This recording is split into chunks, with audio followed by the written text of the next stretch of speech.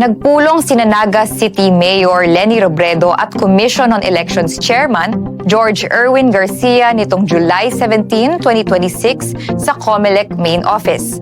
Layunin ng nasabing pagpupulong na talakayin ang panukalang pagsabayin ang plebisito para sa pagiging highly urbanized city ng Naga at ang gaganaping barangay at sangguniang kabataan election sa November 2, 2026.